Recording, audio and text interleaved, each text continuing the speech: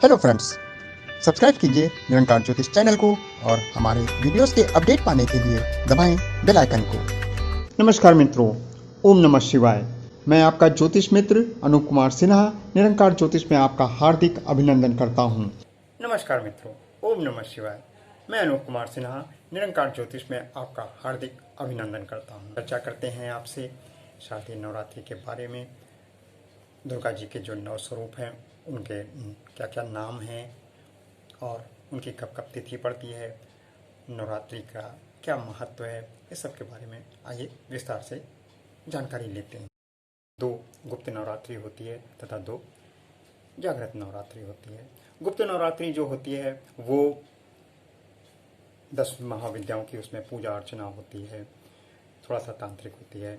जो पहली होती है वो माघ मास में पड़ती है, जो अंग्रेजी कैलेंडर के अनुसार जनवरी फरवरी में पड़ती है, तथा दूसरी आषाढ़ मास में पड़ती है जो जून जुलाई में पड़ती है। और दूसरी जो है नवरात्रि वो जागृत नवरात्रि। आइए जानते हैं कौन कौन सी जो 9 देवी माँ के जो दुर्गा जी के जो 9 स्वरूप हैं वो कौन कौन से हैं।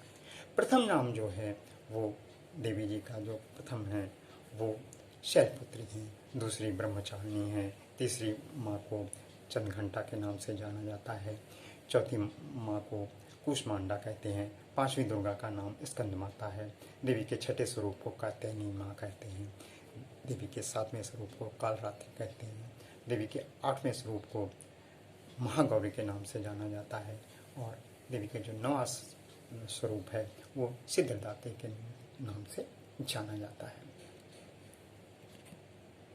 9 दुर्गों के जो ये 9 नाम बताए गए हैं ये महात्मा वेद भगवान द्वारा ही प्रतिपादित किए गए हैं, जो उन्होंने दुर्गा सप्तशती में बताए हैं।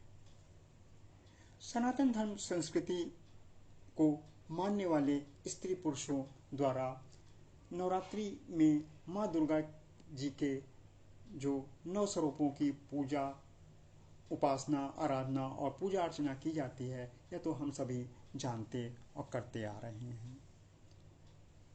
आइए जानते हैं नवरात्रि मनाने के महत्व को।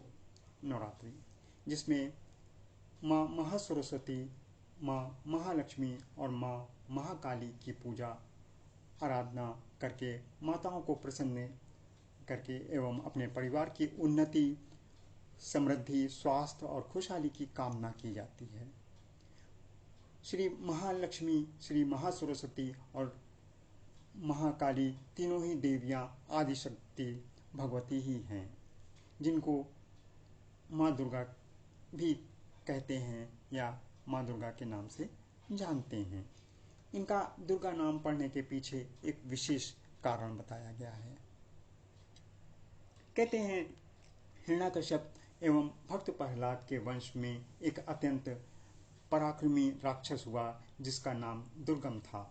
वह देवताओं से बहुत ईर्ष्या करता था, क्योंकि वह इतना पराक्रमी था कि वो देवताओं से हार जाता था। मतलब इतना पराक्रमी होते हुए भी वो देवताओं से हार जाता था। इसलिए उसने इसका कारण जानना चाहा तो अन्य असुर जन जो थे उसके साथ के, उन्होंने उसको बताया दुर्गम राक्षस को कि देवताओं के पास जो है वो वेद हैं जिन्हें वो पढ़ के हमसे युद्ध जीत लेते हैं। दुर्गम राक्षस हिमालय पर गया और उसने श्री ब्रह्मा जी की कठिन घोर तपस्या की, जो सालों बीत जाने पर श्री ब्रह्मा जी प्रसन्न हुए और उसके पास हिमालय पर्वत पर पहुंचे। किंतु वो जो दुर्गम राक्षस था वो उस तपस्या में तब भी लीन रहा। इस बात से ब्रह्मा जी जो थे वो और प्रसन्न हो गए। उन्होंने उसको उसके ध्यान से जो तपस्या में जो लीन था उससे उसको बाहर निकाला और उससे कहा कि मैं तुमसे अत्यंत प्रसन्न हूँ, तुम कोई भी वर मांगो। इस पर दुर्गम राक्षस ने देवताओं के पास उपलब्ध सभी वेद और उनसे जीतने का वरदान मांग लिया। ब्रह्मा जी पहले से ही प्रसन्न थे, अतः उन्होंने तथास्तु कहा और वो ब्रह्मलोक को प्रस्थान कर गए। जब दुर्गम राक्षस को मतलब वरदान प्राप्त हो गया तो और उसने वेद प्राप्त कर लिया तो वो बहुत शक्तिशाली हो गया और सभी देवता शक्ति विहीन हो गए, जिस कारण सभी देवता दुर्गम राक्षस से हार गए, जिससे देवलोक और पृथ्वीलोक में त्राही त्राही मच गई, सभी लोग परेशान हो गए। तब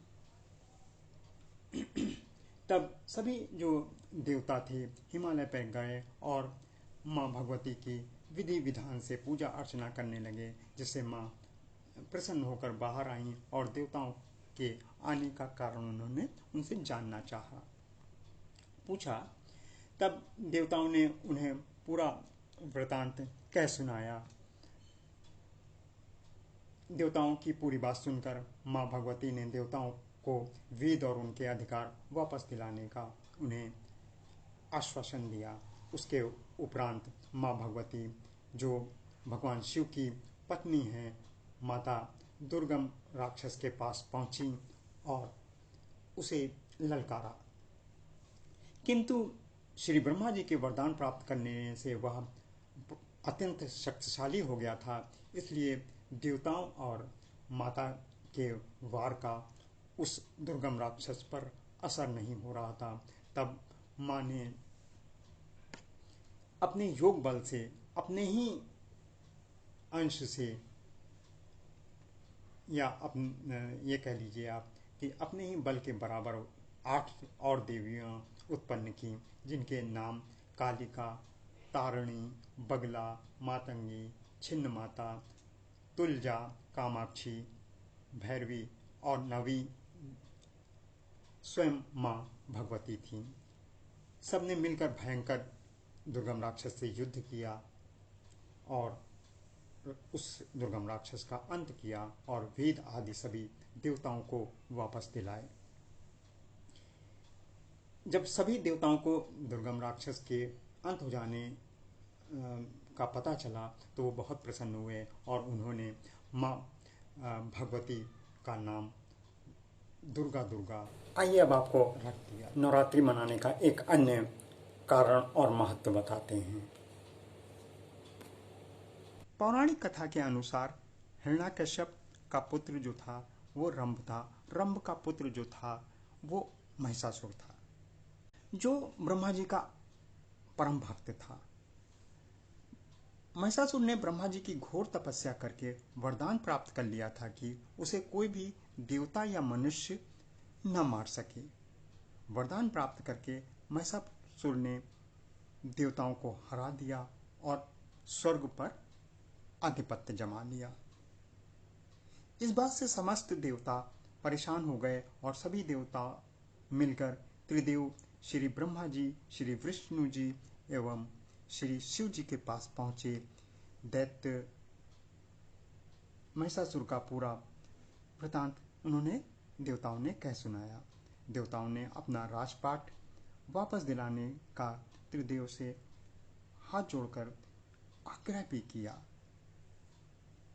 इस पर त्रिदेव ने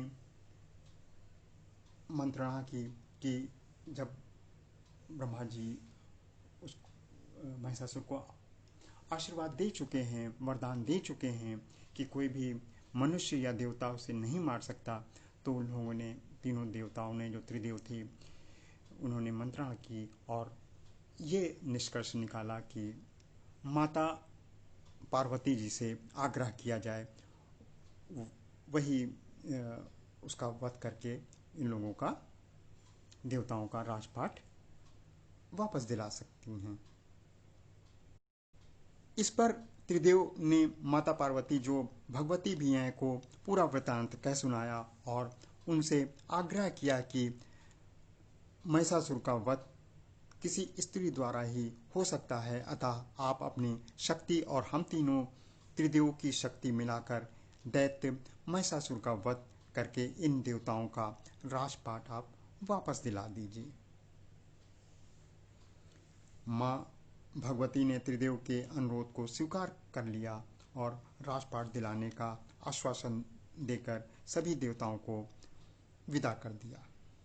इसके बाद माँ भगवती जो श्री ब्रह्मा जी, श्री विष्णु जी एवं श्री शिव जी ने अपनी अपनी शक्ति से 3 देवियाँ प्रकट की, जो महासरस्वती, महालक्ष्मी और महाकाली कहलाईं, तथा माँ भगवती जो स्वयं पार्वती जी हैं ने अपनी शक्ति भी मिला दी। इस प्रकार से आदिशक्ति जो माँ भगवती हैं, माँ को इतने बलशाली, पराक्रमी, क्रूर और दुष्ट राक्षस महिषासुर एवं उसके जो साथी थे असुर, उन सबका वध करने में माँ भगवती को 9 दिन लग गए।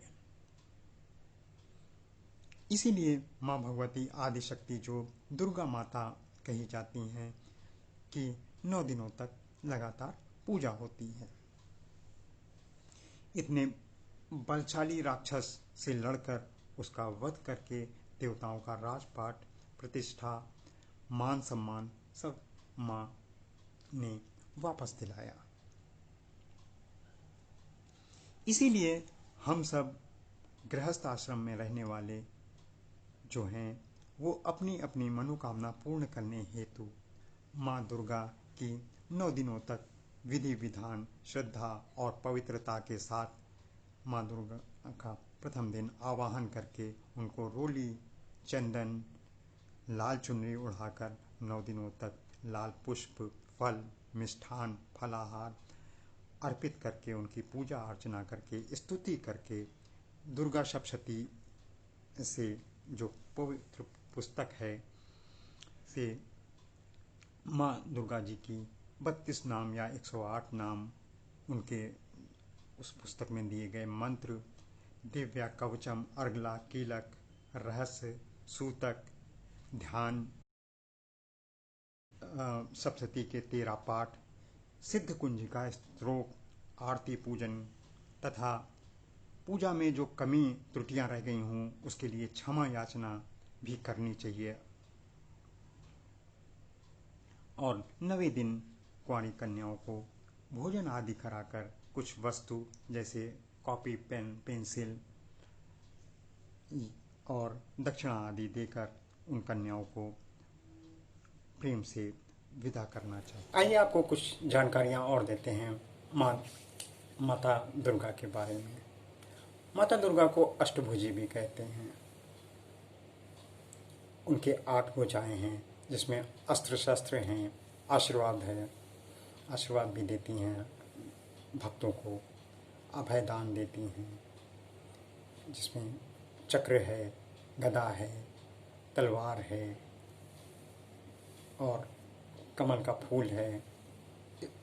इस प्रकार से 8 उनके हाथ भुजाएं हैं और वो अपने भक्तों की 8 प्रकार से रक्षा करती हैं। उसका एक कारण और भी है, 8 दिशाएं हैं।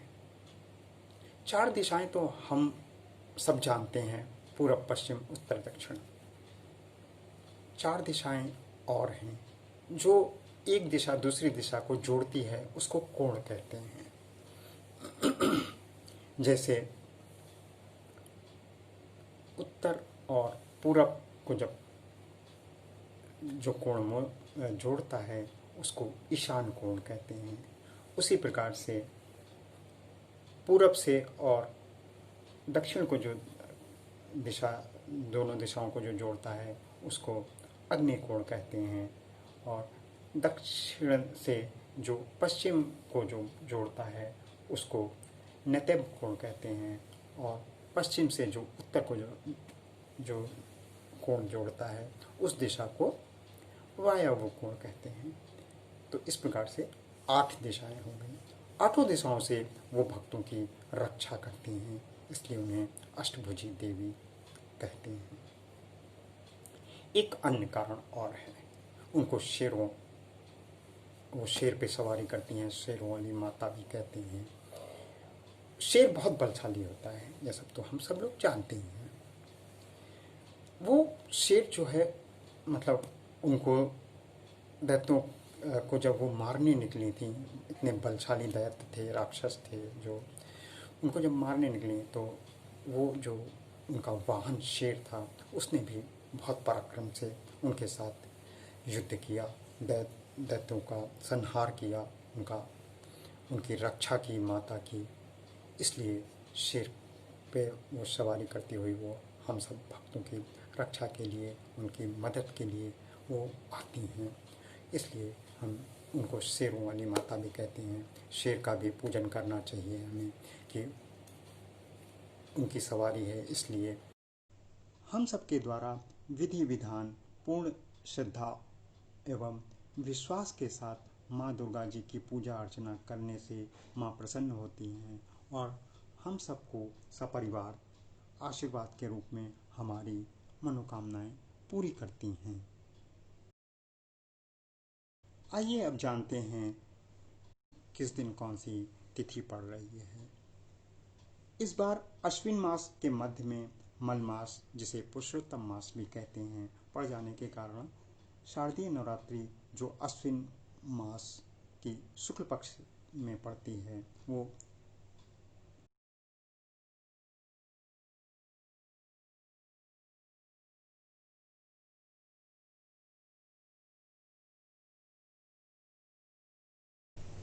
दिन शनिवार 17 अक्टूबर 2020 प्रतिपदा है। उस दिन माता शैलपुत्री का की पूजा अर्चना करनी है। दूसरी माता जो हैं वो दिन रविवार है, 18 अक्टूबर को द्वितीया है, जिस दिन ब्रह्मचारिणी माता की पूजा होगी। 19 तारीख सोमवार है, तृतीया है, चंद्रघंटा के नाम से माता की पूजा होगी। चौथी माता जो है, चतुर्थी जो है वो 20 अक्टूबर को है, मंगलवार को कूष्मांडा जी की पूजा अर्चना होगी। और बुधवार 21 अक्टूबर को पंचमी है, उस दिन माता स्कंद माता की पूजा होगी। फिर 22 तारीख को जिस दिन बृहस्पतिवार है, गुरुवार है, उस दिन षष्ठी है, माता कात्यायनी की पूजा अर्चना होगी। 23 अक्टूबर शुक्रवार दिन है, सप्तमी तिथि है, उस दिन कालरात्रि माता की पूजा अर्चना होगी। 24 तारीख को शनिवार है, उसी दिन अष्टमी भी है और नवमी भी उसी दिन है। महागौरी की पूजा अष्टमी के रूप में होगी और नवमी के रूप में सिद्धिदात्री होगी। कुछ लोग 25 तारीख को नवमी मना रहे हैं, कुछ लोग 24 तारीख को नवमी मना रहे हैं तथा 25 तारीख को विजयदशमी है, जिसे दशहरा कहते हैं। आइए आपको कुछ मंत्र भी बताते हैं। बहुत सरल सरल से मंत्र हैं। ओम श्री दुर्गाय नमः, इसका मंत्र आप अपना 9 दिन जो हैं, वैसे तो पूरे वर्ष करना चाहिए, लेकिन 9 दिन विशेष रूप से जब भी आप खाली हैं, जब भी आपको समय मिले, कम से कम जब भी आप मंत्र को उठाइए तो 11 बार जरूर करिए। उसके बाद फिर कोई दूसरा काम आप करिए। 11 बार जब गिन लीजिए तो फिर दूसरा काम करिएगा। उसी तरह से ये वाला मंत्र है, ओम ऐंग ह्रीं क्लीं चामुंडाय विचे, ओम ऐंग ह्रीं क्लीं चामुंडाय विचे। इस मंत्र को आप पूरे दिन में 108 बार अवश्य करिए। उसके बाद आप लाभ देखिए। कोरोना की वजह से इस समय बहुत सब लोग परेशानी में हैं। अपने अपने घरों में रहकर ही पूजा पाठ करें। मंदिर अंदर ज़्यादा जाने की आवश्यकता नहीं है। निरंकार ज्योतिष परिवार की ओर से आप सबको, समस्त भक्तजन को नवरात्रि और विजयदशमी की हार्दिक शुभकामनाएं और बहुत बहुत बधाई है। ओम नमः शिवाय। नमस्कार भाइयों एवं बहनों, आपको हमारे ये वीडियो कैसे लग रहे हैं? अपने सुझाव और अपनी प्रतिक्रियाएं कमेंट बॉक्स में हमें अवश्य दीजिए। साथ ही साथ आपकी ज्योतिष से संबंधित कोई भी समस्या है या जानकारी आप लेना चाहते हैं तो हमें हमारे व्हाट्सएप नंबर पर या हमारे मेल आईडी पे आप यूट्यूब के चैनल पर आप पूछ सकते हैं। हम आपके प्रश्नों का जवाब देने का पूरा प्रयास करेंगे। ओम नमः शिवाय। माँ दुर्गा हम सब लोगों की मनोकामना पूरी करें, इसी शुभकामनाओं के साथ। ओम नमः शिवाय।